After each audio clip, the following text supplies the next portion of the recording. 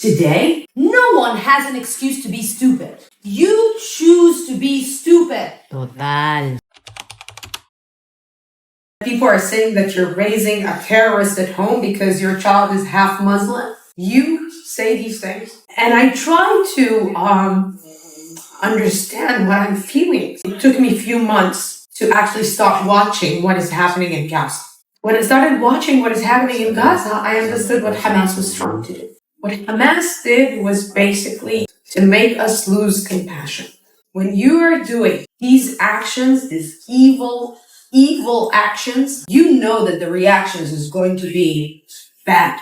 When you enter and murder and burn and rape, and I will say it again, murder, enter, rape innocent people, you know that the reaction, it's not going to be easy. It's not going to be, you know what, let's go to another round or another cycle of violence, because we used to call it cycle of violence between Israelis and Palestinians. When you're doing these kind of actions, you know that the reaction is going to be that. And what Hamás was looking for was that Israelis will lose their compassion. At that day, I said to myself, I'm not that. I'm not willing to be that. This is exactly what they wanted. They looked for these results that we're watching. They don't care about their people. They don't care about their children. For them, it's another number. And for me, it's human lives. Human lives that are being lost in an ugly, fundamentalist, extreme war that has only one purpose: to actually eliminate the state of Israel. And they will do anything to do it. And what people don't understand is, like I said on the fourth day when I got on screen and I said, like I opened my broadcast in English, we experienced difficulties here in Israel, experienced major disputes here in Israel. Between Arabs, between Jews, between Muslims, between Christians, between the Jewish people among themselves. But it doesn't mean that we're not going to protect ourselves. It doesn't mean that this is not my country, that this is not my homeland. When I go abroad and I speak about Israel, or I talk about my right to live peacefully, I don't protect the Israeli government. I protect Israel. I protect my family. I protect my people. I protect my friends. On October 7, 230 Israeli Arabs were murdered in Hamas's attacks. People don't talk about it. People forget it. We are here 20% of the population in Israel are Arabs. The majority are Muslims. Some of them are Druze, and the other ones are Christians. 20% of the Israeli population is a minority population. To tell you that the situation is perfect? No. To tell you that we are not experiencing or fighting for equal rights? Of course we are. We're not fighting against racism? Of course we are. Exactly like African Americans are fighting for their equal rights in America. Until today, in 2024. Exactly like the Latino community was suffering during Trump's administration from some racist comments against them. Saying, for example, that Mexicans are murderers and thieves and whatever. But this is our land. This is our country. So when we as journalists, or me as a journalist, as an Arab, as a Muslim, as an Israeli journalist, when I go on air, I try to do my work. I try to do my job. I'm being attacked for criticizing the government, for criticizing its actions, for not paying attention enough to each and everything that is happening. But it does not mean that I'm not protecting my country. And I think that we're living in an era where I know that you're influencers and you're on social media, but I truly believe that we are not using social media in a correct form. I always say when I speak in front of students, I tell them, you need to understand something. When I used to study history, I used to go to the library. I used to actually open a book. My teacher sent me to do a paperwork about Second War II. I used to open the encyclopedia that we had. We had 2 or 3 or 4 encyclopedias. I read the information and I did the paperwork. We actually opened books. Today, you have the entire information of the world in the palm of your hand. Our generation had the excuse to be stupid. I grew up in a poor house. My parents didn't have any money to buy me books. I don't know. So I had excuses. Today, no one has an excuse to be stupid. You choose to be stupid. Total. You choose to not know. I see it on social media, and everything is so, oh my God, this is so inspiring, right? Everything is so inspiring. Every single one who's talking has 10,000 or 20,000 followers did something like a clip for 4 minutes, and he was so inspiring. But nobody's actually looking what is behind this inspiration. What are behind these, big sentences that people are talking about? Do you actually have the information that you're talking about?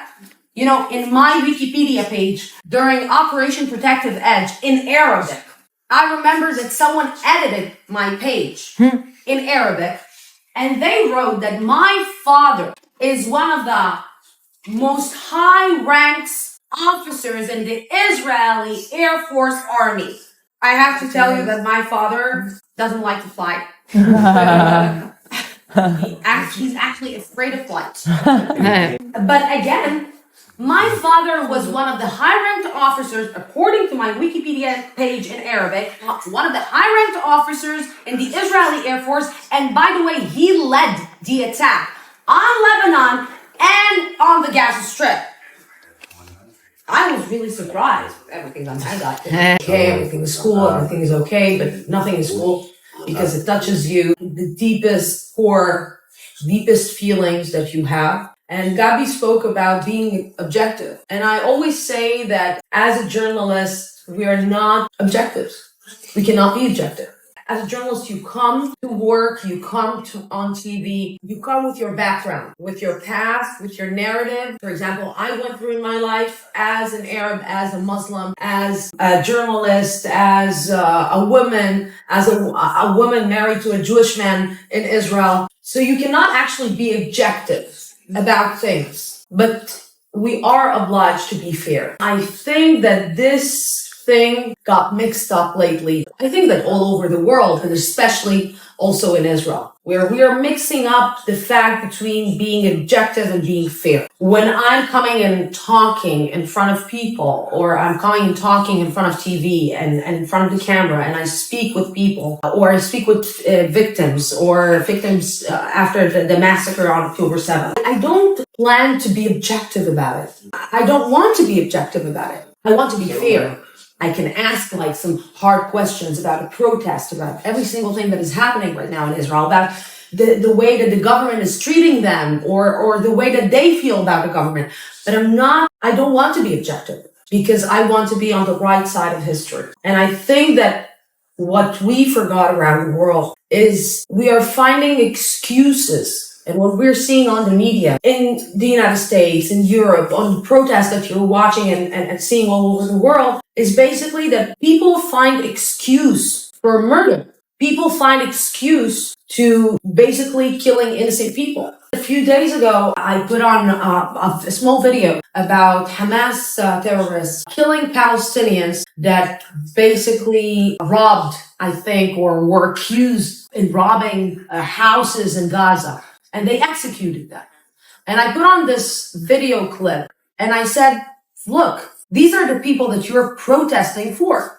These are the people that basically Susan Sarandon is calling them soggy people, soggy people, whatever she's saying or doing. People actually answered or tweeted back and told me, well, you guys in Israel destroyed every court and every place that these people can actually be judged on objective way, so they have no chance but to do this on the street. And I was looking at this comment. I didn't even answer them, but I was looking at this comment and I said to myself, oh my God, people are actually finding excuses to killing and murdering innocent people. Even when Hamas is killing and murdering their own people, people are actually finding excuses to justify the way that they think. For me, looking at this situation, being me and going through every single thing that I went through in my life, October 7th was for me really personal. It was personal because I'm a woman. It was personal because I'm Arab. It was personal because I'm Muslim. It was personal because I'm a mother. Because on October 7th, the only thing that I was thinking while my husband went to the reserves was, okay, where do I hide my child? And this is not normal thinking. I swear to God, I even thought that, okay, if a terrorist will get into the building, I'm going to put him in the washing machine. In the washing machine, they won't see him. They won't find him. These kind of things you don't think as a person living in a country. And believe me, I'm one of the biggest critiques against the Israeli government. I don't think that you can think that I voted for Itamar Ben-Gvir or to vote for Benjamin Netanyahu. But what happened on October 7th got nothing to do with politics. And by the way, it got nothing to do with the Israeli-Palestinian conflict. It got only to do with people having no humanity, basically pure evil, and of course, messianic fundamentalist ideas that people are dreaming to actually conceive in Israel or Palestine or whatever. So you will see this woke movement waking up to the world and saying, well, we weren't born at that time. At that time, like youngsters, probably we were out in the streets. No, you weren't. Did anyone go out to the streets? You know what? The hypocrisy. Oh God, the hypocrisy. The Syrian civil war. 10 million people. 10 million people were deported from their houses. They are all over the world. You can go and ask the Greek government how they experienced the Syrian civil war. Did anyone march down the streets for the Syrian children? Look what happened like 10 years after Bashar Assad went back and sat down on his seat. And he is still ruling Syria. Can anyone argue about the fact that any country has the right to defend itself? Is anyone marching for the Yemenite people down the streets? For people in Africa? But it's all a thing of a PR. What is happening here, it's a conflict with a really high profile PR. It's sexy. It's, on TikTok. Everybody's expert on it. I am not expert on the Palestinian conflict. Really, if you will start asking me, okay, Lucy, what happened in 1948, and what happened in 67, and what happened after 67, and in the Lebanese war, and I need to read. And the images going out from the Gaza Strip are not easy at all. They're not easy to watch. They're not easy to digest. But we are in the midst of a war. We have innocent civilians kidnapped from their beds, from their homes. Not soldiers, not people that were taken in the battlefield.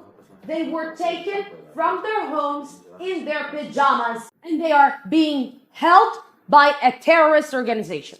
Now, this twisted mind of people think that you can actually justify it because of the occupation. Yes, okay, Israel needs to end the occupation. I think that Israel needs to end the occupation. I think that we need to reach to a political solution to everything that is happening in the Middle East. But what happened on October 7th got nothing to do with the occupation. If you want to free your people, you don't justify or kill innocent babies, and you don't rape women. And the fact that international women organizations are actually questioning, they didn't question an actress blaming one of the high-ranked producers on Hollywood that she was sexually harassed. They didn't question her. They didn't ask for any actually proof. She was just giving her testimony, and people believe. And yet we're here, people are saying, you don't have any proof. Read the reports. People don't want to read the reports because they are justifying this action, because it sits on the way that they think. And for me, as a journalist, I'm obliged to make people think. I'm obliged to make people move in an uncomfortable way in their seats. I'm obliged to challenge people. And basically, we are not challenged. The leadership of the United States is coming out from these universities. And I was talking about what is happening here. Israelis, Jewish, relationship, Palestinians, Israelis. And there was in front of me in the front line, a girl that I swear to God, I don't like to be so shallow, but she was all branded. Like Gucci, Louis Vuitton, Dolce Gabbana. Like, with everything that she was wearing, she could have at least fed 3,000 people from the Gaza Strip, 3,000 families from the Gaza Strip, for months. And she was like listening and talking, and she raised her hand and she told me, I was looking forward to listening what you have to say. Now, as a Palestinian, as a woman, I'm ashamed of you. You are filthy, you are a Zionist. You justify everything that Israel is doing. How can you live with yourself? Blah, blah, blah, blah, blah, blah, blah. So I asked her, okay, from where are you? And she told me, from here. Okay, from where are your parents? My dad is from Ramallah. Okay. Your mom? From here. Okay. Have you ever been to Ramallah? She told me, no. Have you ever been in Jenin, in Nablus? Do you know how it feels to go through a cross? Like a checkpoint. To be checked every single day when you're going out or when you're on your way to university or to work. She told me, no. Okay. Have you ever been to Israel? To Haifa? To the south of Israel? Do you know how it feels to have 15 seconds to find a shelter when the alarm goes on? No. So what the fuck are you talking with me about? Like, you have the right to have an opinion about my life or judge me. How do you even have the right to have an opinion about what a Palestinian is feeling in the Palestinian territories? When you never even lived one day as a Palestinian. When you're sitting here in Yale University. When you're so privileged. I wish that I had the chance to study in Yale University. So we ended up the chat, and at the end of the lecture, I came and I wanted to speak with her. Because I felt that she was like a little bit offended, and I told her, Luna, can we speak? And immediately there was this guy that came to me and told me, ma'am, please step back. And I was like, what? Ma'am, she's right now in her safe space. Step back. And I was like, safe space? The only safe space that I know is the shelter. What do you mean she's in her safe space right now? She feels uncomfortable with the way that you spoke, and she feels uncomfortable with the discourse so she's right now in her safe space, and she doesn't want to engage in any conversation with you. 1 second. You are a student in Yale University. You are here to be challenged by an uncomfortable discourse or conversation. And you are actually telling me that she's not willing to have a conversation or a challenging conversation because she feels uncomfortable? What will she do if she will work in the future in the White House and she will sit in a meeting and the president will say something that she feels a little bit uncomfortable with? What will she do? She will tell him, Mr. President, I'm right now in my safe space. I am not willing to speak with you. Let's not solve the problems of the world because I feel a little uncomfortable with it.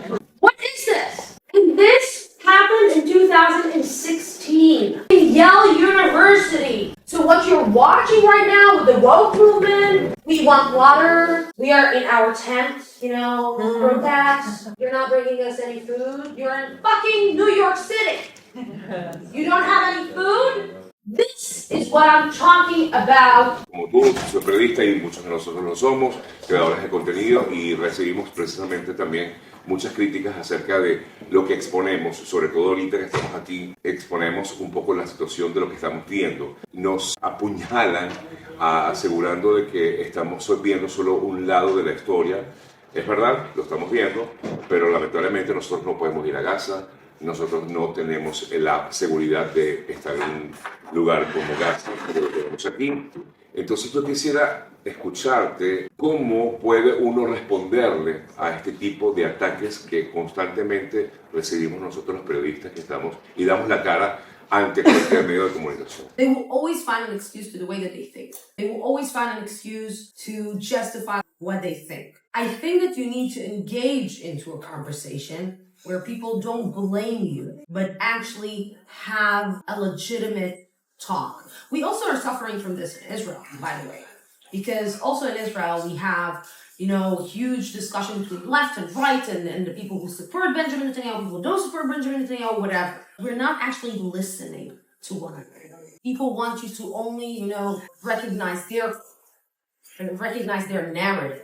to recognize where they are coming from. When I spoke to this professor, when he asked me about the situation in Gaza, I knew where he's coming from. He is one of the professors who don't agree with Israel. But when I told him that it will take time, and I told him, you need to understand that when you see your neighbors, not the terrorists, the common people, spit on bodies, you need to understand that people will take time to forgive what they are watching.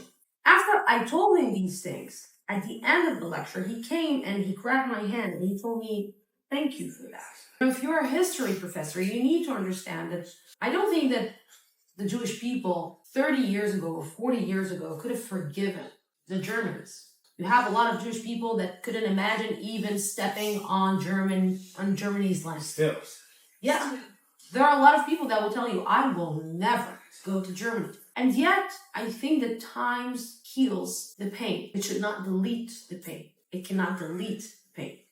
But we need to create a future. Okay, you know what? You're right. I'm right. I'm wrong, you're right. Okay, let's step forward. What should I do? What should we do? How can we contribute to a better future? How can we contribute that these people that we feel pain for can live better life? Should I say, okay, they should continue? Should I justify the killing and murdering of one side, or should I take one side of this war? Or my responsibility as a person who is not living this conflict is to try to see the entire picture. I'm always saying that Israeli singer, his name is Aharish. He has a song that says I'm sitting on a fence, one leg here, one leg there. And this is basically my life. I'm sitting on a fence. And some people are telling you that when you sit on the fence, you decided not to decide. And I'm saying, sometimes I reach my hand and I tell you, take a step to the fence. There is a beautiful view. You can see a lot of things from this view. If you will sit with me on this fence and you will see one thing, not 10, not million, one thing that you haven't seen before, I did my job. We need to find the common ground to bring people together. I know this sounds naive, this sounds a cliche, but this is the truth. Because at the end of the day, people get along.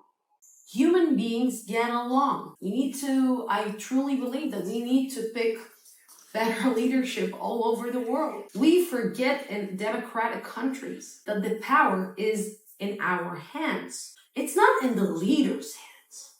It's actually in our hands. It's demos kratos, the rule of the people, not the rule of the people who were elected. So we need to decide. I believe that we need to bring people together. Some people will tell you, I'm not willing to engage. I'm not willing to accept anything that you have to say. You cannot be liked by anyone. If you watch CNN, you live on another land. Whatever.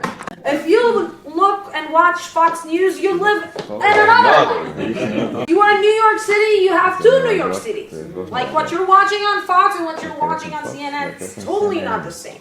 I think that today journalists are confused. We're always saying that journalism is the watchdog of democracy. And we, unfortunately, a lot of journalists forgot that we're not the dogs of democracy. We are the watchdogs of democracy. We are the gatekeepers of democracy. A lot of people are asking, you guys, the journalists here in Israel, you criticize Benjamin Netanyahu, you always criticize Benjamin Netanyahu. Well, the job of journalists is to criticize the government. This is our job. You know, Benjamin Netanyahu has been the prime minister for the last 15 years. It's not that we have like another prime minister that we can criticize. So it feels like all day we're criticizing, we're all against Benjamin Netanyahu. No! Our job is not to come to our government and say, oh, you're doing an amazing job. Our life is amazing. You know, everybody, we don't have any poor people. Kids are not bullied in school.